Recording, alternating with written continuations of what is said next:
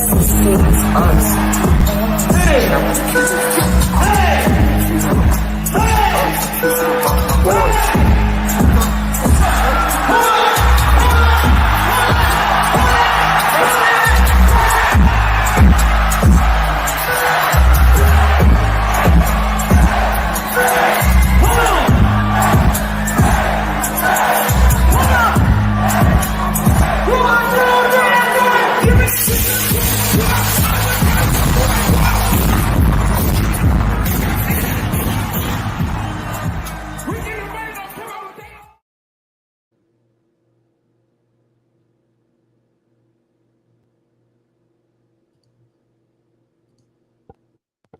What's going on, people? You here with your boy 216 Mike and your guy Q, man. We are here talking about Ohio State versus Rutgers, man. The game was 35-16 Ohio State with the W, but it kind of didn't feel that way, the way the score had kind of turned out. So, Q, man, what's your overall thoughts of the game? And then go ahead and give us your overall grade. What up, Mike? Appreciate you having me on here again. It's always nice to make an appearance. I see Terry showed up early in the chat, so what up, everybody? Getting in here. Make sure you like that video. Ooh, I got some sound coming in. Oh, hold on. Look at that bad, y'all. Hold on.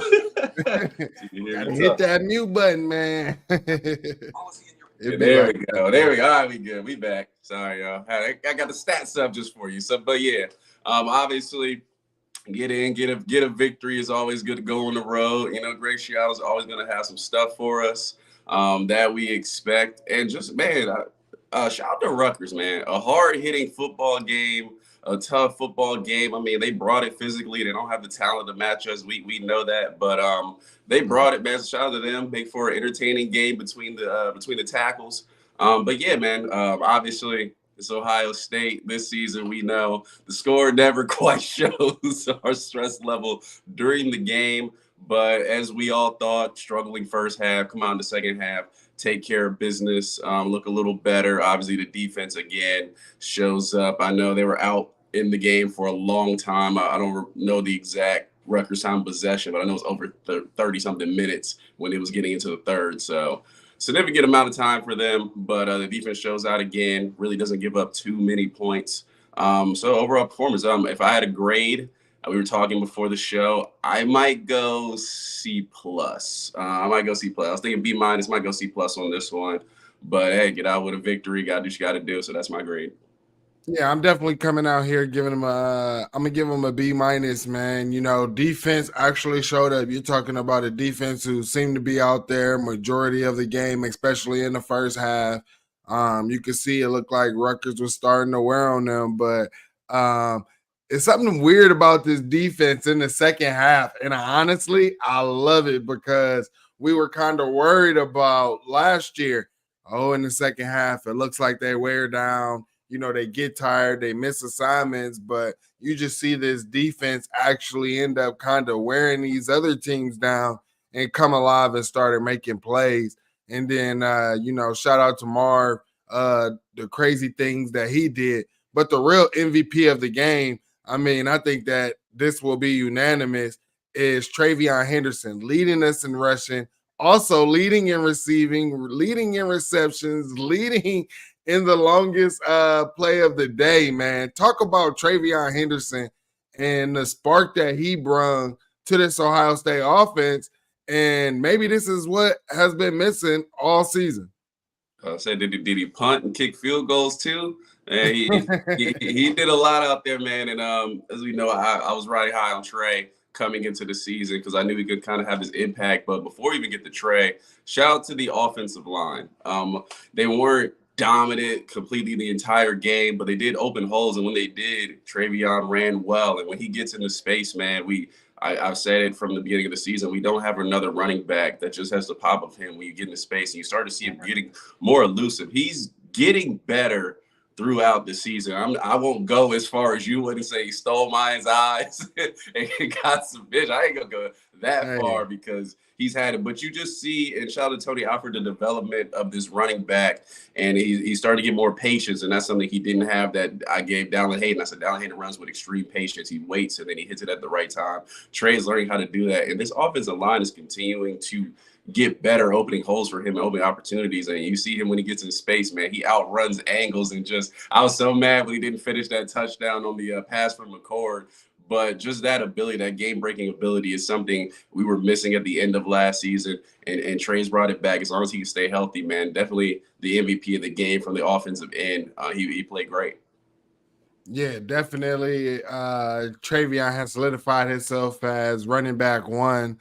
Man, he showed great vision, showed some burst in the hole, man. And hey, this is what we need. Hey, I mean, honestly, you heard the announcer say, man, for them to be able to win that Penn State game the way they did, without Treyveon Henderson, is just like, imagine what this team looks like fully healthy. We did see G. Scott come out there. He made a couple plays, had a key drop on a third down that could have, kept the, drive going. And actually, man, he would have had green grass going if he was able to break one tackle. So what do you say about G. Scott? I'm just laughing because somebody said Trey is great value, Reggie Bush. Oh, dang, man.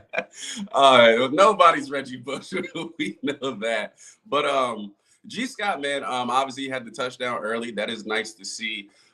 G. Scott has impressed me this season overall. He's not quite doing everything right. Obviously, we've seen him miss a block that probably maybe anybody would have missed that got Trey caught in the backfield, and he has the drop. But I just think he's a solid player, and I think he has a level to go up. But he finally has a coach, and Coach Key is going to get him right in the pass game. As we also know, K-Dub was more of an offensive line specialist coach. So, I mean, you've seen it with the elevation of Cade Stover in the pass game, who wasn't really available for this game too much. But I thought G. Scott played solid. I mean, some mistakes there, but we've talked about guys getting exposed to playing time. They're going to make some mistakes early. G. Scott's, he does something right, he does something wrong. Just got to kind of get that consistently because all the guys I don't say all, but most of the guys we talk about now started out doing something right and doing something wrong. Right. So if I had to give him a grade, maybe I'm putting him at a B-. I thought he was solid for the most part. Doesn't quite get that B with that drop. I probably would have had him at maybe like a B+. But he's got a little ways to go, but I like him blocking. I like the small things he does that you don't always see. So he's getting better week by week. Yeah, man. And we've seen G also make some solid blocks throughout the season. I mean, everybody, on this roster, that's supposed to make a block has missed a block. We've seen Marv drop passes. We've seen K drop passes before. I want to say I'm not going to be too harsh on G. Scott, with the limited playing time that, he gets. I'm going to go ahead and give him a solid B+. If he didn't miss that block, that possibly could have helped Trey out a little bit. Maybe I'll go ahead a little bit higher, but I'll go ahead and give him a B+. I like what G. Scott did. On the offensive side, let's talk about the offensive line. Do you think that Justin Fry is getting these guys better? What are you seeing from the offensive line? I mean, it looked like the mistakes that did happen on the offensive line were all mental mistakes. Didn't seem like it was a coaching issue. How did you feel about the O-line, and how would you grade them out? I would say solid. I don't think this was the best performance by them, but they did do some really good things. I thought overall in the run game, for the most part, I'd probably give them a B in the run game. I thought they, got Trey clobbered a little bit in the backfield some, but I mean that's gonna happen. You're not just gonna go out and bowl over other Big Ten teams, even Rutgers. So. In the past game, I thought they were pretty solid. Not too much of Kyle being able to elude and get some space and make some throws. So I think it's good by the offensive line. Honestly, the last couple of weeks, I would say they've probably been a little bit better than they were in this game, but they have gotten a lot better from early in the season. You start to see the development, and I mean these guys are looking good. Matt Jones, this is one who has kind of stood out as looking really good, especially when you watch the All-22. And the tackles aren't half bad, man. They're not like getting beat or getting abused by anybody. And I've been super because I thought pass coverage was going to be the time where I'm like, oh, we in trouble. But honestly, they've had more struggles, getting the run right. So I think it's solid. I think Justin Fry is doing a great job. I remember we had this talk a couple weeks ago, and I was like, the one thing we're not going to do is criticize Justin Fry, and he's proven his worth. And this is not a very you get out the interior with Donovan Jackson. It's not a very highly talented offensive line. These are guys that exactly. You're making you're making them work. I think Matt Jones and Donovan Jackson is probably the only guys you'll remember from recruiting rankings. I think Hinsman's probably in the 100s or something. The other guys you won't find. So, yeah, man, I thought this was solid by them. Again, they didn't hurt the offense, so that's a good thing. Right, definitely didn't hurt the offense, man. And like you said, they were solid. The mental mistake, I don't know if it was Treyveon was supposed to pick up that block, or if Matt Jones wasn't supposed to go with that double team when Kyle McCord got hit on the sack. I guess we'll have to watch the all 22, break that down and see what they was really trying to do with that play. But let's get in the passing game and let's talk, because I want to say we kind of had a little spark in the passing game. You got the second leading receiver in this game, our guy, freshman, Carnell Tate, man. Dude just out there looking like a football player. You see him out there catch the ball, try to turn the field and get smacked. Still held the ball, still held on to the ball, popped right up, man. He just got that Midwest toughness from him, coming from Chi-Town, man. Talk about Carnell Tate and what he was able to do, because for his 2 catches that he did have, he did average, what's that, about 15 and a half yards per catch? Yeah, 2 catches, 31 yards. Carnell Tate is very solid. I mean, I think it might be safe to say that he's kind of solidified more than solid. Yeah, that wide receiver 3 role here, as you see. And also, too, something that's kind of gone low key is a little bit of the expansion of the use of zone 6. We're seeing XJ a lot more. Carnell Tate's getting in there a lot more. Julian Fleming is being used situationally, which I thought, like, at the early season, I'm like, I don't know if Julian's a guy who's going to break somebody down and get open, but if you can find ways to get him the ball in space or, get him in the blocking game, that's just a way to well use his skill set.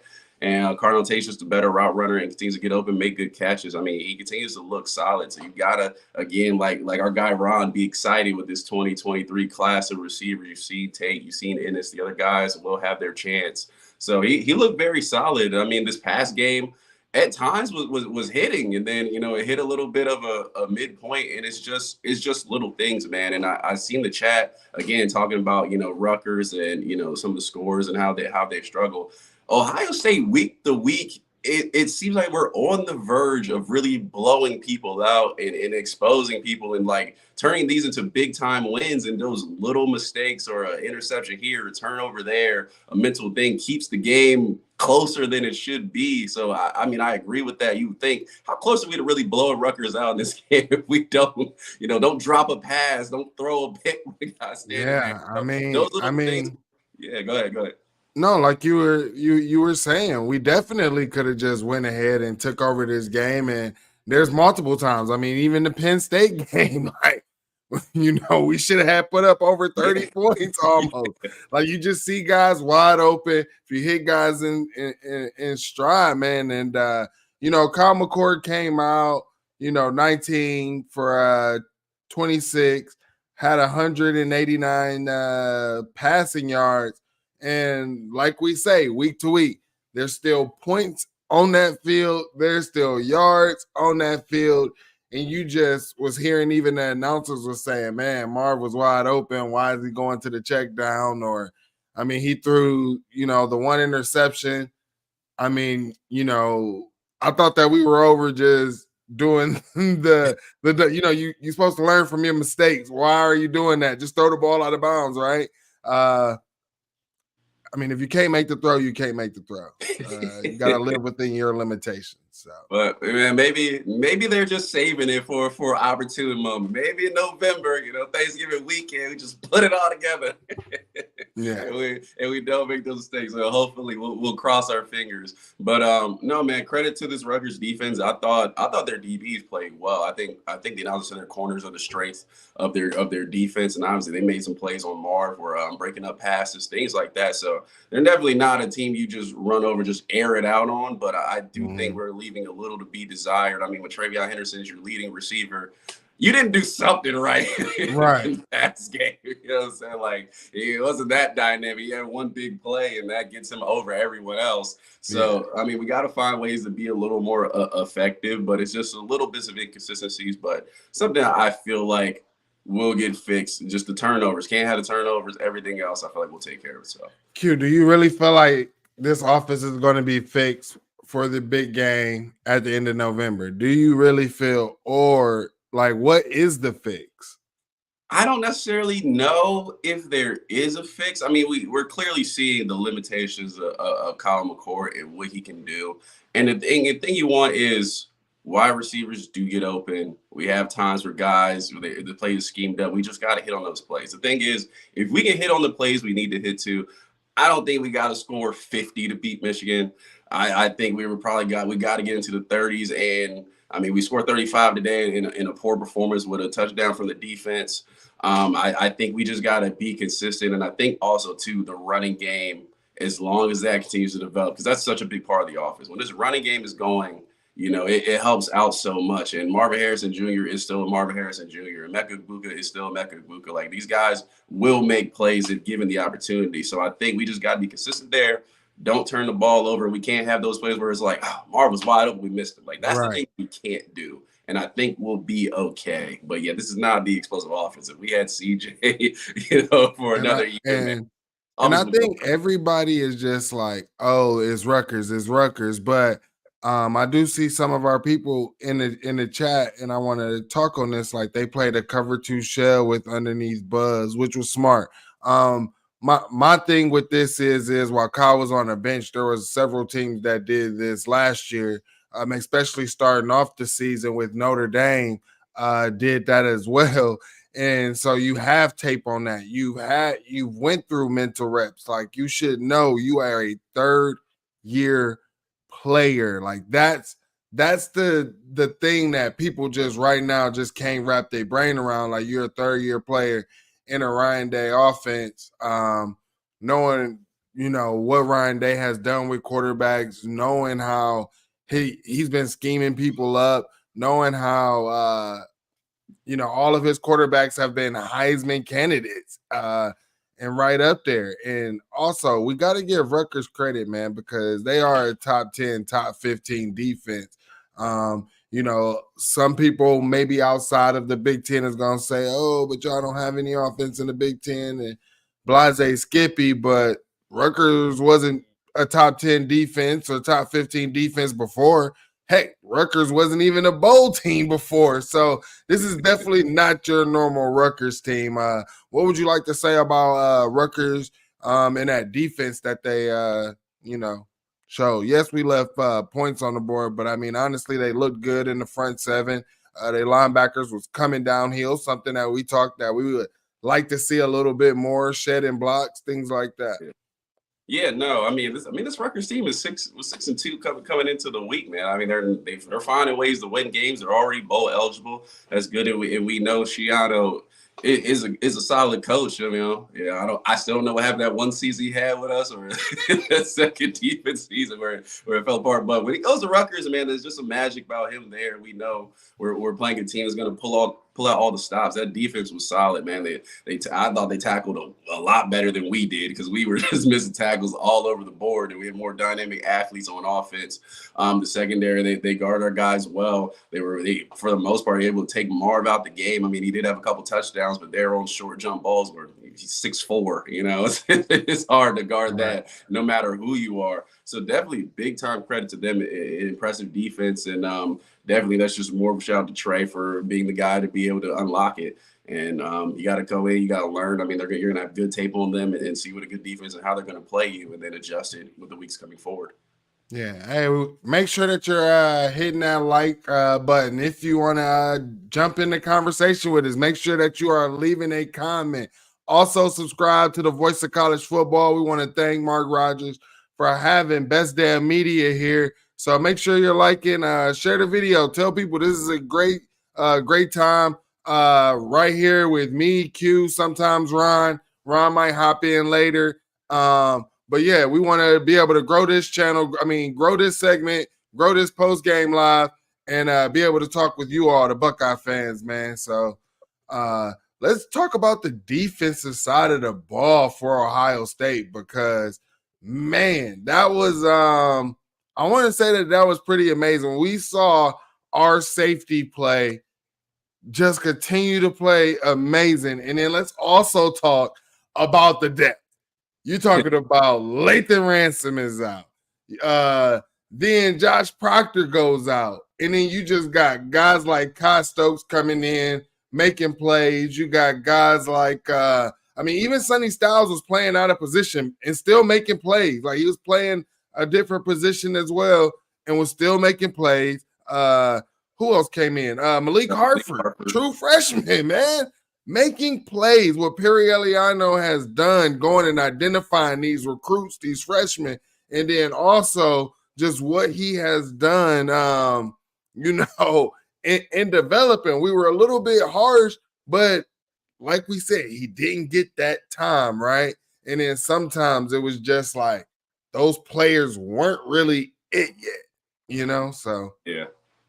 No, most definitely, man. The secondary as a whole, I just like to group them, all together with another good performance. I know we gave up, some pass plays in there, but just the amount of time they're on the field, you're going to give up some. But if you think about the secondary as a whole, they're net zero on the game. They have a pick six. They give up a touchdown. Like, yeah, I'll take that every week. Like, I'll take a net zero by the secondary.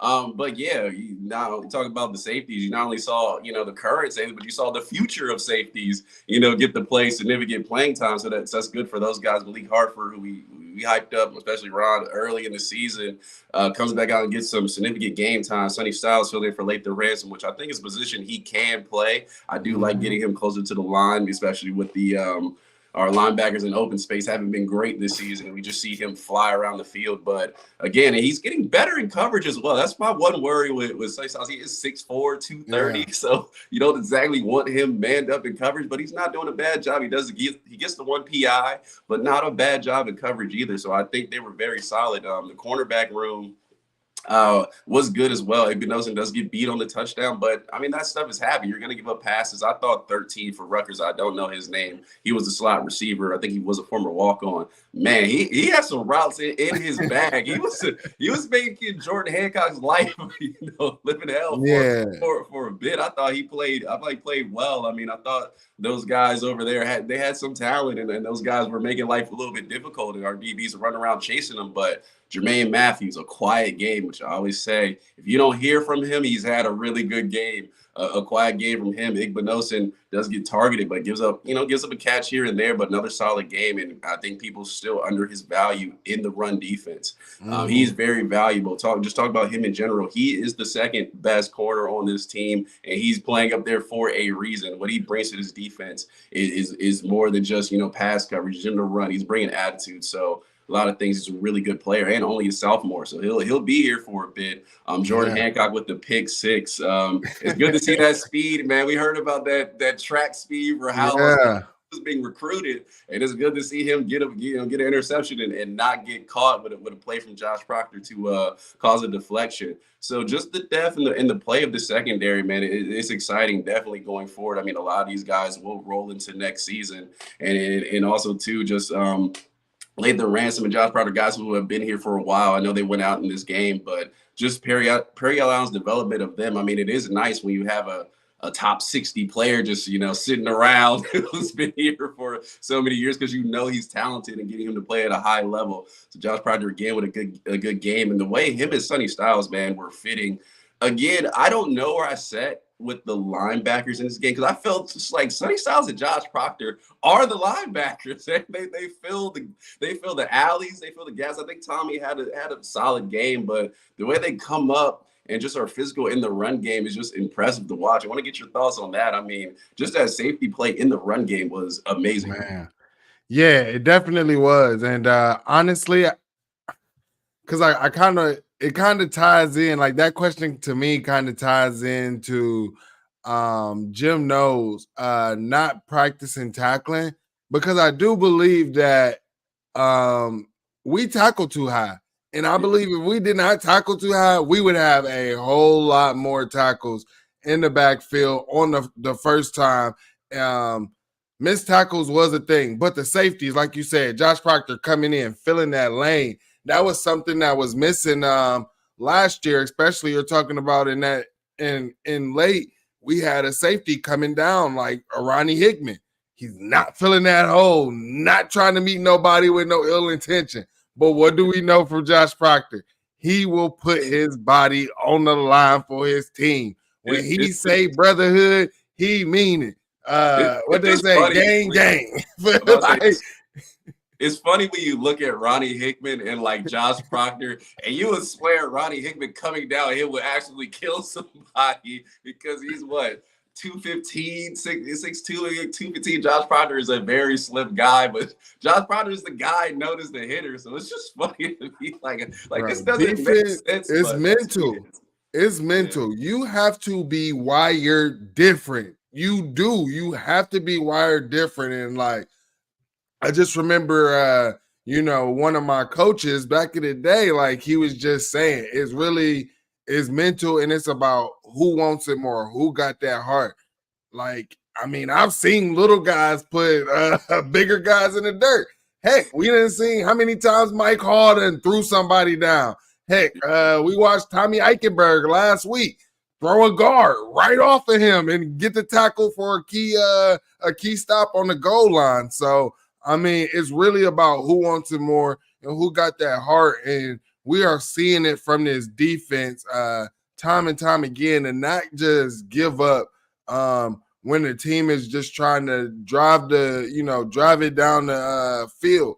I mean, I remember I was like, man, we might as well just let a team score like in previous years, like once they got in the red zone. But we actually getting red zone stops. So the safeties, like Jim Knowles said, this is a safety-driven defense, and they continue to make big plays week in and week out. Yeah, man, it's super impressive, and you're right. It's a mental thing.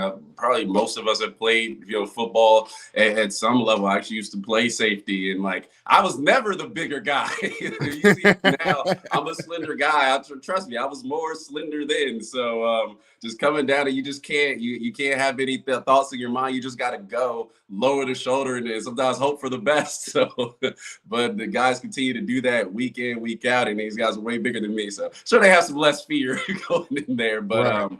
No, it's super impressive. But you talk about the run game. So interesting. I thought Rutgers had some success there against our D line, against our linebackers. For me, it was a little bit of just getting, I guess, scoping through the garbage a little bit. I felt like Steel Chambers, for one, is a guy who still struggles a little bit when the blocks get a little mixed up, find the hole. Tommy's gotten really good at it. Cody Simon, he struggles a little bit as well. Kind of want to get your thoughts of their front versus our front seven and kind of the run game, because it seemed like consistency. And they also added in the quarterback as well. So that adds a different dynamic. It makes it a little tougher. But I want to get your analysis on what you saw from the front seven going against this Rutgers run game. I think from the defensive line standpoint, it's more mental, like getting out of their blocks. I mean, getting out of their gaps and things like that. From the linebacker standpoint, I just feel like our linebackers don't know how to consist. Like Tommy knows how to shed a block. He does. But it's just I feel like Cody or Steele, like they maybe get lucky sometimes and not able to consistently do it. And we saw Tommy go down. And going forward, that kind of concerns me. I think he'll be there in the biggest game of the season because we just know how Tommy, no thumbs is. But yeah, I mean, we are asking our linebackers to play a different style of football this year than what we asked them last year. And to be honest, I feel that last year's defensive play calling and defensive style from the linebacker position just fit them so well, because you heard last year like, oh, these guys could be playing their way in the top 3 rounds, right? Like now we didn't seen I didn't see some mock drafts come out. They're saying Steele's undrafted, I didn't heard some like Tommy Eichenberg could fall all the way down to the 4th and 5th. I mean, I just felt Q, me and you we talked about this with Best Damn Media. Anybody who follows at Best Damn Media, we felt that this year the talent for that scheme that Jim Knowles ran last year was ready for that scheme. Like this fit well. Like you didn't have those undrafted guys like where the game was just a little bit too quick for them. I really just feel like those guys, because the issue is and one time I was watching, it was like Tommy was sitting there and he knew that the running back had the ball, but you're not engaging. Like, I don't like this sitting back. Get up there, because once you allow a 300-pound person to get momentum on you, there's not much you can do. Yeah. Especially if you don't know how to shit a block. So yeah, and I see a lot. I mean, it seems like tackles have Steel Chambers' name. Like they're just like, 22. I found him again.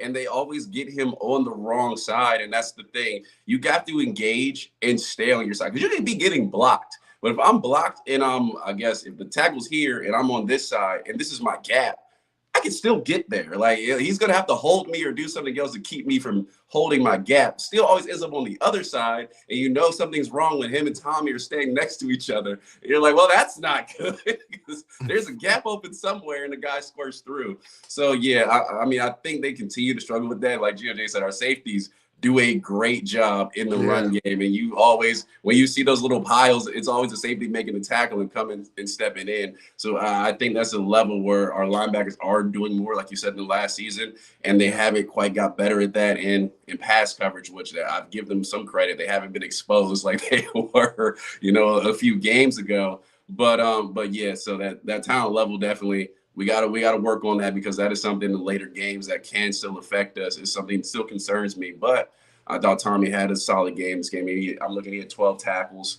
He was all over the place. All the linebackers were in the top 4 or 5 in tackles. So they were there, even if they were getting ran over to make the tackle. They were somewhere around there, but they could be a little bit better. Yeah, make sure you guys are leaving questions, because before we wrap this show up, we will answer all questions. So if you have those, leave those in there. I'm starring those right now, so that way at the end of the show, we will have that. Make sure that you're subscribing to the Voice of College Football. Again, thank you, Mark Rogers, for having me, Mike, on, and Q. We appreciate it. Make sure you subscribe to the Voice of College Football.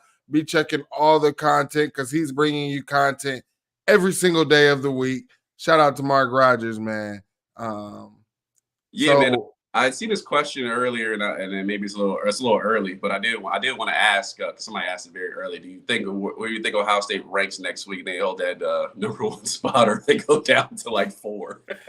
Yeah, I mean, hey, this team has been winning the exact same way they have won all year, right? Yeah, maybe now the committee's like, we don't value that Notre Dame win after they just took an L to Clemson, and all the Notre Dame fans just went back in their house and won't come back out until after the season, So we know they like to go into hibernation mode, Q. So I mean, maybe the committee, like I said, they don't value that one. I think Penn State right now is leading against Maryland 14-0. So right now that's looking like our best win. I don't know. Maybe if Penn State goes ahead, takes care of that team up north, then yeah, we're probably like sitting here number 1. We be the number 1 team and in the top 25 team, right? We'll see. But yeah.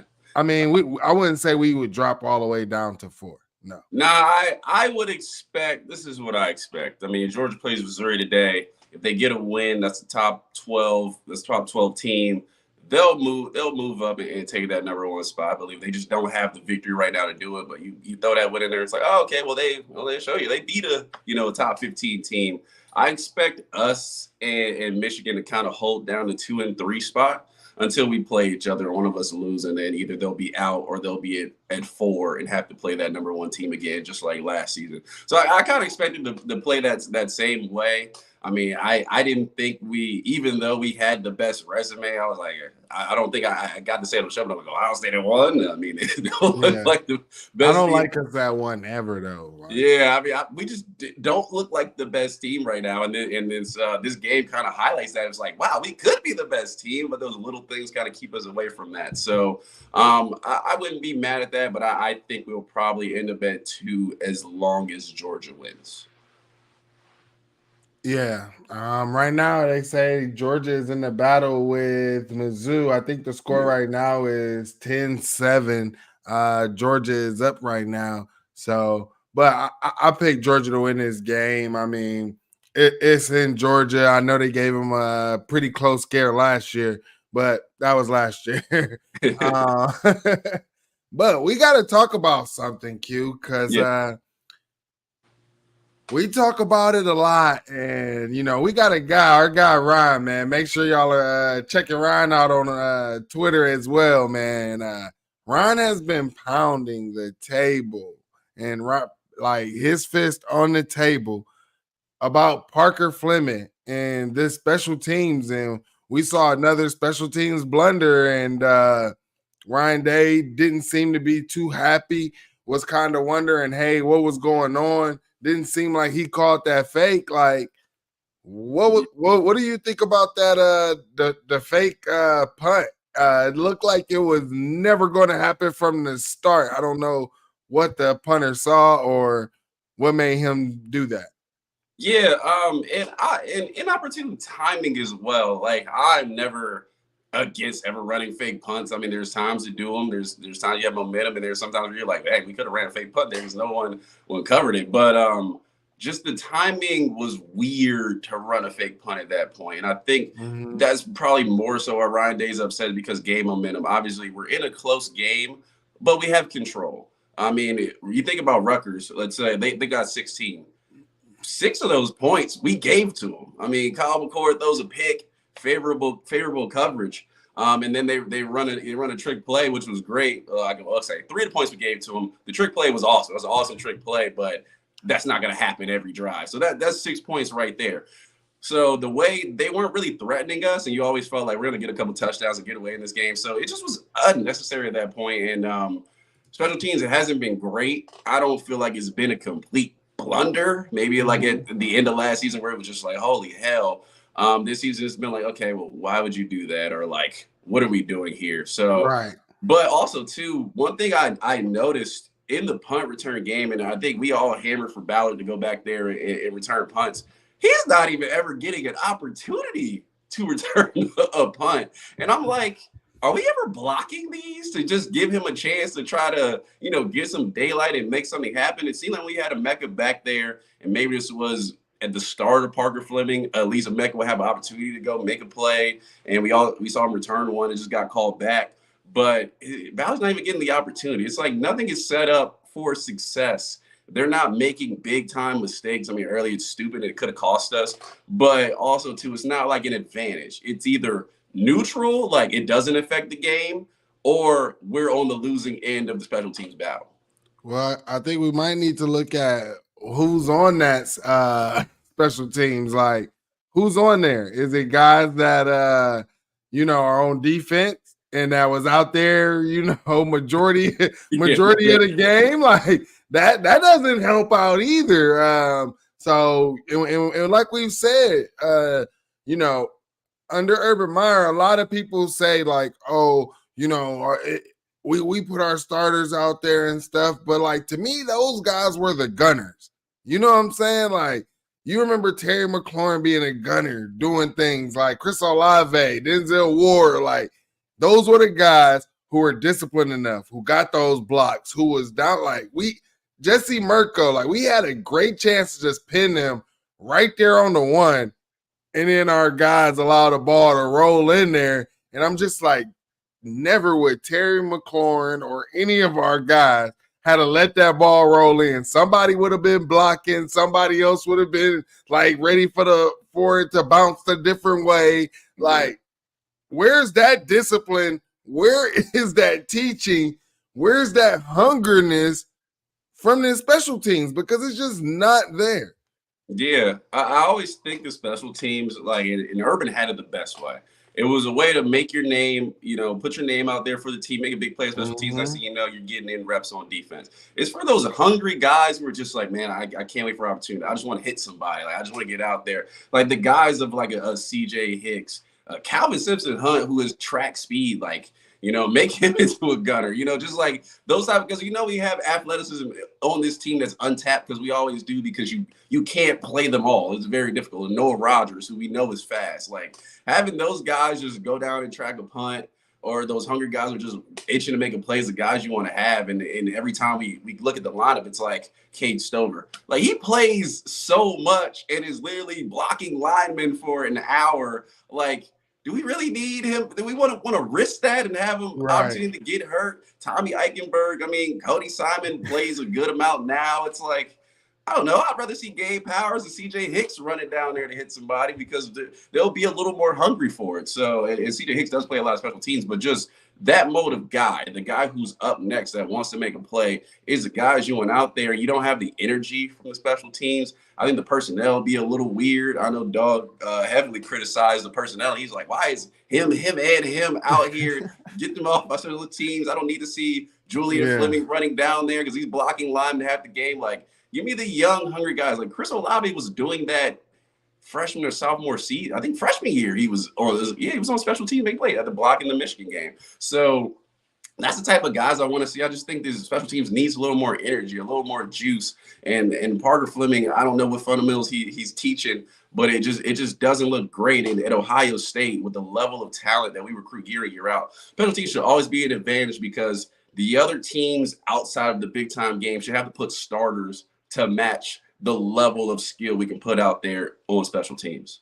Q, every time like we was like paused in our game, and I have another screen. Actually, this screen right here, I had it on the Texas and Kansas State game. Mm-hmm. Every time it was like a little break in between ours. You know what I kept seeing? What? Xavier Worthy just going off, like returning everything. I watch other games and I'm just watching them kill the guy on kill their returners, getting stops within the one. And it's just, man, it just brings me back to the days where we would do that. I remember, like you were saying, it was a way to get on the field. Did you know how they knew Ezekiel Elliott was ready for his sophomore year in 2014? Because in 2013, that boy was on kickoff and he was laying people out, bro. Like, I remember this. So I think we need to get back to that. I would really like to see that. Overall, everybody gave the Buckeyes a B out of all of our votes. 60% gave people a B. Q's folks gave 37% a C. And we got 3% gave the Buckeyes an A. I'm shocked at that. But hey, if you are like, hey, this is what I expected from our Buckeyes, this is exactly the way I expected the game, I will give it an A as well. So, hey, they did win in 2023 Buckeye fashion. I guess we just want to see a little resemblance of our older offense, man. Hey, this is funny. I watch. I'm a big Manchester United fan, so I watch soccer channels. They usually grade them after every game with like a score of 1 to 10. And it was funny because when we lose, people will come in who are opposing fans and give everybody a 10. The guy who's running it is like, after a loss, like our coach gets an 8. He's like, we don't even get an 8 when we win. Like, we're getting trolled. So maybe it's the Michigan fans, man. Come in here and give us an A for that performance. They want us to keep it trending. Yeah. Well, before we get out of here, man, there's some big rumors that came out, and I think that a certain school's media board probably got trolled. They were pushing this agenda, or there's an agenda, or alleged rumors about leaked documents that apparently Ryan Day and his family and all of this stuff. And then it comes out that this was just a troll from Menace to Sports. So shout out to Zach Smith for I guess certain schools beat writers definitely watch your show. Bro, it's even more funny because they've already exposed that they were trolling them. And the story comes out another day late. It's like the joke is already up. So you start like the initial people, all right, you got trolled, but fair play for you. People who just released the story, it's like, come on, man. Like the people who've gotten trolled is already like, oh, damn it. All right, I got a couple days to recover. And then you put out another story. It's like based off of their story. Yeah, I'm like, come on, man. It's just funny times in media, and just extra time for us to start up with our podcast. We've been a crazy season to kind of get it going, man. For sure. Hey, man. Well, make sure you all are hitting the like and subscribe button. Make sure that you're coming on time. We're live right after the Ohio State post game. Again, thank you, Mark Rogers, for having Best Damn Media on here to host the Ohio State post game. We are here every Saturday right after the Ohio State game. Q, man, where can everybody find you at? Oh, but before we get to that, I just want to make sure are we good on questions for everybody? I know people might have had some. Make sure they're asking. We hit them before we get out of here. But no, man, definitely appreciate everybody coming in. Yeah, let's make sure you got one. Okay, here we go. We got our guy Ryan Sims. He said, "Do y'all think they will get off in the run game if Latham is healthy?" No, man. I mean, I just want to say this. I done seen Latham smack some people, bro. One thing that I will say is we need to wrap up better. Our DBs that's coming down, I think that we are trying to tackle too high and we are throwing the shoulder too much. And I want to see Ohio football wrap up, drive the fool down into the ground because I just really think like the way Josh Proctor hits, if he would actually just wrap up and drive someone backwards, it could make that person scared to come through that hole again. And that's what you want to do when you're coming downfield. Like you want someone to have them tippy toes, or when they coming across the middle, you want them to have them tippy toes. And, you know, hopefully we did see Josh Proctor go down. So I hope that he gets well and he's healthy and stuff. But I just feel like if you go lower and you actually wrap up, and that's one thing that I do want to see Lathan Ransom do a whole lot more of, because he gets back there, it's just wrap up, because we should have way more tackles in the backfield than what we have, and we would have those if we would wrap up. Yeah, appreciate the question, Ryan. Yeah, Lathan actually got the edge on Josh Proctor last season because of his short tackling. So that's why he continued to start last season and had the good season he did. He's one of the better tacklers on his team. I think him and Tommy probably do with the best, making sure they wrap up. They don't necessarily have. I mean, Lathan's hit some people, so he picks his opportunity time to throw the shoulder in there and hit people, but he's better in time. I think Josh Proctor was always kind of a little ready to risk it all, and that's kind of the worry with Josh Proctor of like, man, if you hit him and you don't get him down and nobody's there to help you, I mean, you could go get another 10, 20 yards. So right. I think we need to work on our technique a little bit, but I think Lathan Ransom always is a help on the defense and making short tackles. Definitely doesn't miss as many tackles as other guys do. So hopefully we have him healthy and when we need him, because we can't do what we did this game. And I've seen it from Tyreek. I've seen it from all kind of guys and just like, oh, I'm just gonna be there. And it's like, it's not enough, man. Like, how many more net yards we have negatively if if you're actually making these tackles? So yeah. Hey, and they're talking about Ballard should at least be getting 20 yards of return. But hey, when you're not blocking people, and I mean, you at least got to get in front of guys and stop them, get a hand on them. But I mean, also, these aren't NFL punters either. We also, I think we could have got a block, but it looked like the guy was just scared to run into the punter because he laid up. So he laid off of it. But yeah, man, I think that's all the questions that I am seeing in the chat. You got anything else for the people, Q? Yeah, just overall thoughts, man. It's another good win. I mean, the score probably looks better than the performance. I'm just used to now how State's going to stress us out in the first half, and then they'll put it together, and then we'll just roll all that momentum into the games, Michigan. But we continue to take care of business, man. You see good stuff from this team. I love the young guys in the secondary. Again, shout out to them. Even the Kai Stokes sighting, I was super excited to see him get in there. So. Let's continue to take care of business. Hopefully this team cleans it up a little bit on the offensive end. And again, this team has all the potential in the world. And I had the natty pick early in the season.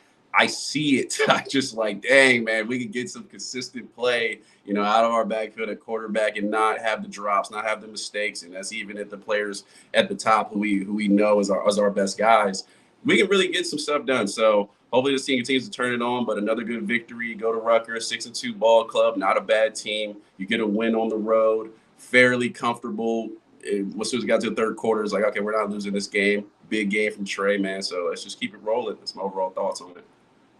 Definitely, man. Let's definitely keep this rolling. Buckeyes still are undefeated throughout the season with 2 top 25 wins. We will see where Notre Dame is ranked by the playoff committee, and do the Buckeyes still hold their number 1 spot.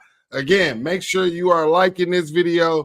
Make sure that you subscribe to the Voice of College Football Ohio State channel, and then you can check me and Q out at Best Damn Media right here on YouTube and on Twitter and all your social media platforms. Q, please let the people know where they can find you. Well, yeah, shout out to Mark Rogers. Make sure you tap in with this channel. Let's make the Ohio State channel the biggest on this one already. We just take over everywhere we go. So shout out to Mark Rogers, big time for having us on here. If you want to find me, if you like what me and Mike do, Best Damn Media, come over there. Me and Ron have a morning show. Definitely, it's a lot of people in there. We have a lot of good Buckeye talk. I see some people who are on the morning show and catch all our shows. So definitely appreciate you following us across channels. But if you're new, tap in there. It's great content. We have a lot of fun. I mean, the Sunday show is almost like we're going to a cookout. It's just talking ball. It's a fun time. So, and we have it tomorrow at 10 a.m. Eastern. So make sure you tap in there. But yeah, Best Damn Media, do that first. You want to find me personally, City Boy Quentin on Twitter. I'm not hard to find. You get to follow. I'll follow you back. We can talk ball. I've had people DM me. It's a lot of fun. I'm Finding Johnson on Instagram. And that's pretty much all the place you can find me, Mike. Yeah, you can find me on Twitter at 216_wildboy. Catch me in those spaces. Catch me in some group chats. If you're not in the Buckeye group chat and you want to be, just let me know. Hit me up, or anybody in Best Damn Media. We'll get you set up in those group chats or in the Buckeye community that we have on Twitter as well. Make sure that you're tuning in Best Damn Media Sunday at 10 a.m. Eastern.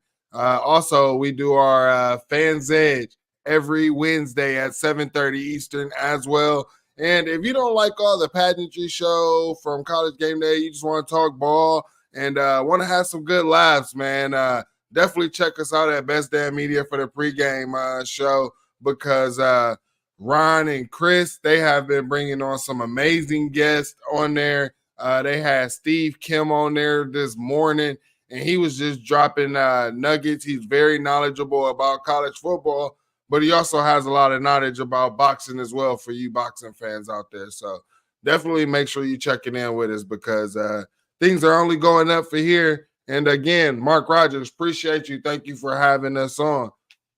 Yeah. Q, you got anything else? Any last words? Mark Rogers to come over, man. Mark, where you go be on Buckeye BS, man? We gotta get you to come through and kick it with us. But nah, definitely thank Mark Rogers for showing up. Thank you for everybody in the chat for showing up. Hey man, we continue to win. It's getting that time. I mean, not where I'm at, but it's getting cold outside. So you know, championship season is upon us, man. It's an exciting time to be in college football, man. It's the best time of year. For sure. And with that, Buckeye Nation, we appreciate you. Hit that like button and 08. Ayo.